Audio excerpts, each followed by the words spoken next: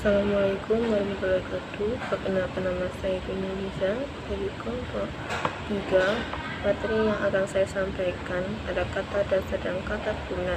Kata dasar ditulis secara mandiri dan kata turunan kata yang himpunan, awalan, sisipan, akhiran, dan gabungan awalan dan akhiran.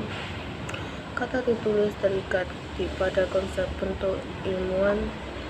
Kata diawali dengan huruf kapital dan terikat dengan kata hubungan. Kata tertulis dengan huruf miring dan berkaitan dengan tanda hubung. Bentuk kata terikat maha dan kata dasar atau kata berhimpunan mengacu pada nama atau sifat Tuhan tertulis terpisah dengan huruf kapital. Bentuk ulang ditulis dengan kata hubung di antara unsur-unsur. Bentuk ulang kata ditulis dengan mengulang unsur pertama dengan unsur gabungan kata. Istilah khusus ditulis terpisah. Gabungan kata dapat menimbulkan salah pengertian dan dengan ditulis membutuhkan tanda hubung.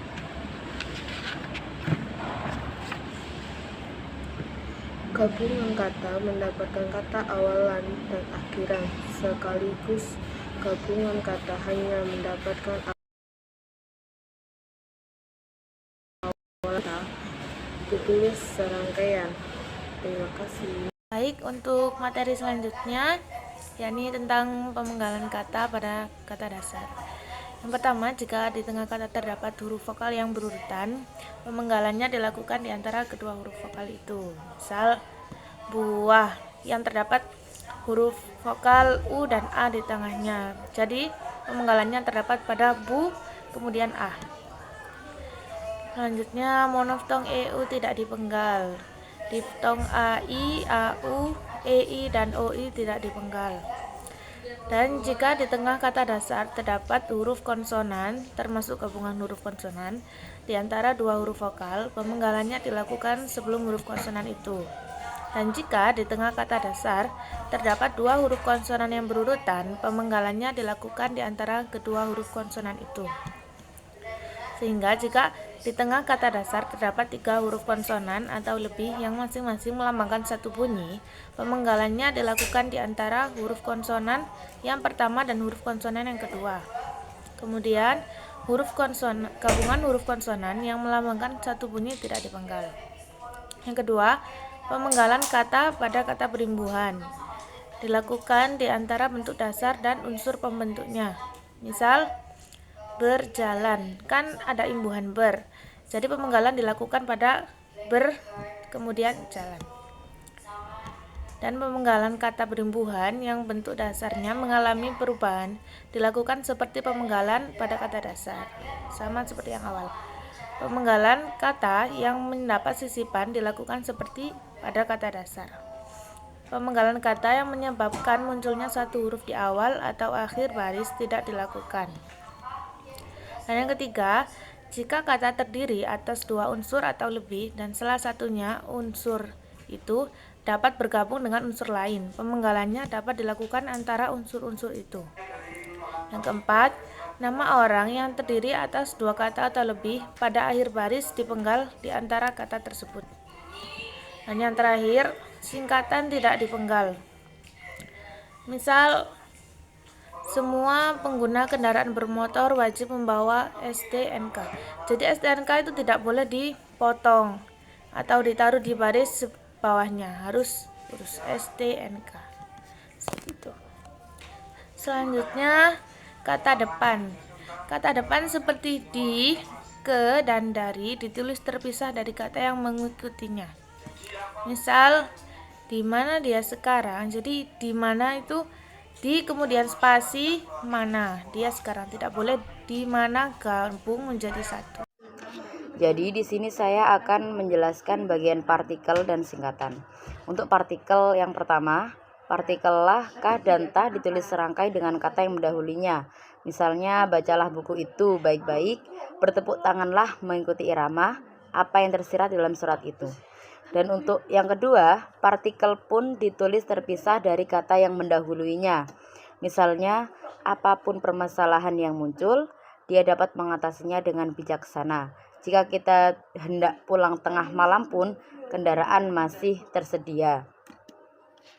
Dan untuk yang ketiga, bentuk pun yang merupakan bagian kata penghubung seperti berikut ditulis serangkai. Adapun, andaipun, ataupun, bagaimanapun, biarpun, jikapun, kalaupun, kendatipun, dan lain sebagainya. Misalnya, meskipun sibuk, dia dapat menyelesaikan tugas tepat pada waktunya. Dia tetap bersemangat walaupun lelah. Dan untuk yang keempat, partikel per yang berarti demi, tiap, mulai, atau melalui ditulis terpisah dari kata yang mengikutinya. Misalnya, mereka masuk ke dalam ruang rapat satu persatu. Harga kain itu 50.000 per meter. Karyawan itu mendapat kenaikan gaji per 1 Januari. Dan untuk bagian singkatan, untuk yang pertama, singkatan nama orang, gelar, sapaan, atau pangkat diikuti dengan tanda titik di setiap unsur singkatan itu. Misalnya, H. Hamid hanya menggunakan huruf kapital yang bermakna Haji Hamid. Untuk contoh kedua itu dokter titik. Untuk hurufnya, kalau dokter itu menggunakan huruf kecil semua, sedangkan untuk doktor itu D-nya menggunakan huruf kapital. Dan setelah tanda gelar itu ada titiknya. Dan untuk M.SI itu M-nya dan S menggunakan huruf kapital, I-nya menggunakan huruf kecil yang bermakna Magister Sains. Dan untuk yang kedua, singkatan nama orang dalam bentuk inisial ditulis tanpa tanda titik. Misalnya SDD, itu nggak usah pakai titik, yang bermakna Sapardi Djoko Damono. STA, Sultan Takdir Alis Jabana. Dan untuk yang ketiga, singkatan termasuk akronim yang terdiri atas huruf awal, setiap kata ditulis dengan huruf kapital tanpa tanda titik. Misalnya seperti KTP yang bermakna kartu tanda penduduk, itu singkatannya menggunakan huruf kapital semua. KUHP, Kitab Undang-Undang Hukum Pidana, dan NKRI Negara Kesatuan Republik Indonesia.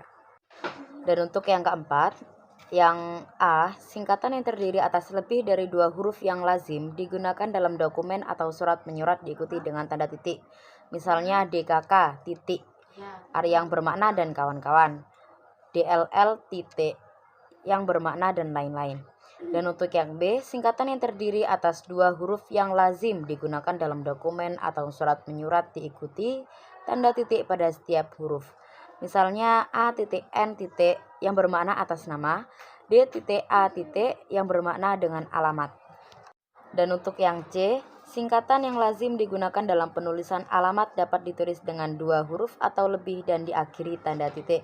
Misalnya GD Tabrani yang artinya gedung Tabrani.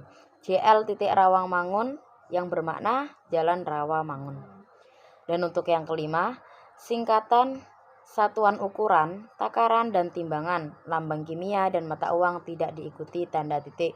Misalnya km kilometer, kg kilogram, dan Rp yaitu rupiah.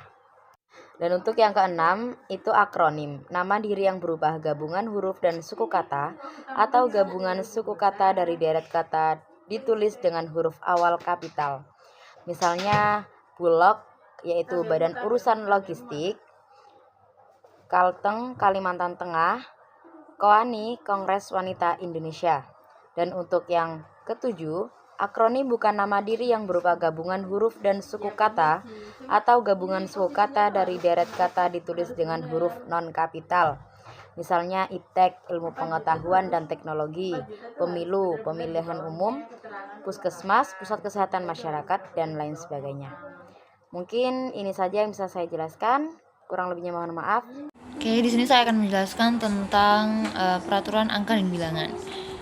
Angka Arab atau angka Romawi lazim digunakan sebagai lambang bilangan atau nomor. Itu poin pertama. Kemudian poin keduanya, bilangan dalam teks yang dapat dinyatakan dengan satu kata ditulis dengan huruf, kecuali jika digunakan secara berurutan seperti dalam perincian.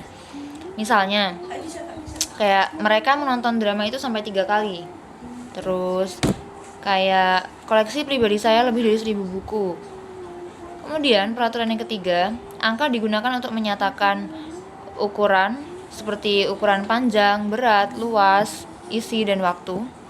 Kemudian nilai, angka digunakan untuk menyatakan nilai seperti nilai uang dan persentase. Misalnya 5 kg atau 5 cm kayak gitu. Kemudian peraturan keempat, bilangan berupa angka pada awal kalimat yang terdiri atas lebih dari satu kata didahului kata seperti sebanyak, sejumlah, dan sebesar, atau diubah susunan kalimatnya. Misalnya, panitia mengundang 2.500 orang peserta kayak gitu. Terus poin kelimanya, angka yang menunjukkan bilangan besar dapat ditulis sebagian dengan huruf supaya lebih mudah dibaca. Misalnya, sebanyak 500.000 dosis variasi telah didistribusikan ke beberapa wilayah.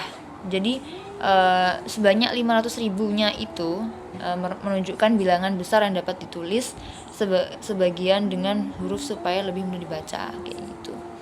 Poin keenamnya, angka digunakan sebagai bagian dari alamat seperti jalan, rumah, apartemen, atau kamar, kayak Jalan Kartika nomor 15 atau Jalan Soekarno nomor 16 kayak gitu. Kemudian yang ketujuh, angka digunakan untuk menomori bagian karangan atau bagian kitab suci, kayak ayat apa, terus suratnya apa di belakang kayak gitu. Kayak bab 2 pasal 3 halaman 13 kayak gitu, kayak di undang-undang gitu. Terus yang kedelapan itu penulisan bilangan dengan huruf seperti dalam peraturan perundang-undangan, akte, dan kuitansi. Kayak umumnya sih kayak 15, 12 gitu. Kemudian di bagian penulisan bilangan dengan huruf tadi itu dibagi lagi menjadi 2 bagian, yaitu bilangan yang utuh ditulis secara mandiri dan bilangan pecahan ditulis per yang dilekatkan. Bilangan pecahan ditulis dengan per yang dilekatkan pada bilangan penyebut yang mengikutinya. Kayak contoh, setengah atau 1/2, 1/16, 3/4, kayak yang bentuknya pecahan gitu. Kemudian yang ke-9 itu penulisan bilangan tingkat dapat menggunakan angka Romawi, gabungan awalan ke dan angka Arab atau huruf, kayak abad ke-7, abad keberapa kayak gitu. Penulisan angka dan akhiran an dirangkaikan dengan tanda hubung strip, kayak tanda kurang gitu. Jadi kayak 5 lembar uang 5.000-an gitu. Jadi setelah angka 5.000 ke an itu ada stripnya. Kemudian bilangan seperti yang terdapat dalam peraturan perundang-undangan, akte atau kwitansi dapat ditulis dengan angka dan diikuti oleh huruf. Kayak semisal saya lampirkan tanda terima uang sebesar berapa, itu nanti sampingnya ada tulisan Latinnya gitu. Jadi diikuti dengan huruf biasa. Jadi setelah angka yang nilai tadi, setelah itu ada latinannya gitu, ada hurufnya. Yang ke-12, bilangan yang digunakan sebagai unsur nama geografi ditulis dengan huruf secara serangkai, kayak misal Kelapa 2, Raja 4, tempat-tempat kayak gitu. Itu aja yang bagian angka dan bilangan. Selanjutnya kata ganti ku, kau, ku, mu, dan nya. Kata ganti ku dan kau ditulis serangkai dengan kata yang mengikutinya, sedangkan ku, mu, dan nya ditulis serangkai dengan kata yang mendahulunya. Kayak misal, rumah itu telah kujual, kayak gitu. Terus kata ganti kau yang bukan bentuk terikat ditulis terpisah dengan kata yang lain. Kayak, aku ingin kau bersungguh-sungguh dengan apa yang kau katakan. Kemudian kata sandang si dan sang. Apa sih kata sandang si dan sang itu? Kata si dan sang itu ditulis terpisah dari kata yang mengikutinya. Kayak semisal, surat itu dikembalikan kepada si pengirim, si dia, kayak gitu, pengirim. Terus kata sang ditulis dengan huruf awal kapital jika merupakan unsur nama Tuhan. Kayak kita harus berserah diri kepada sang pencipta. Jadi sangnya itu harus tulis huruf kapital S-nya gitu. Udah sih, itu aja materinya. Apabila ada kurang lebihnya, saya mewakili kelompok saya. Mohon maaf yang sebesar-besarnya. Semoga ilmunya bisa difahami. Assalamualaikum warahmatullahi wabarakatuh.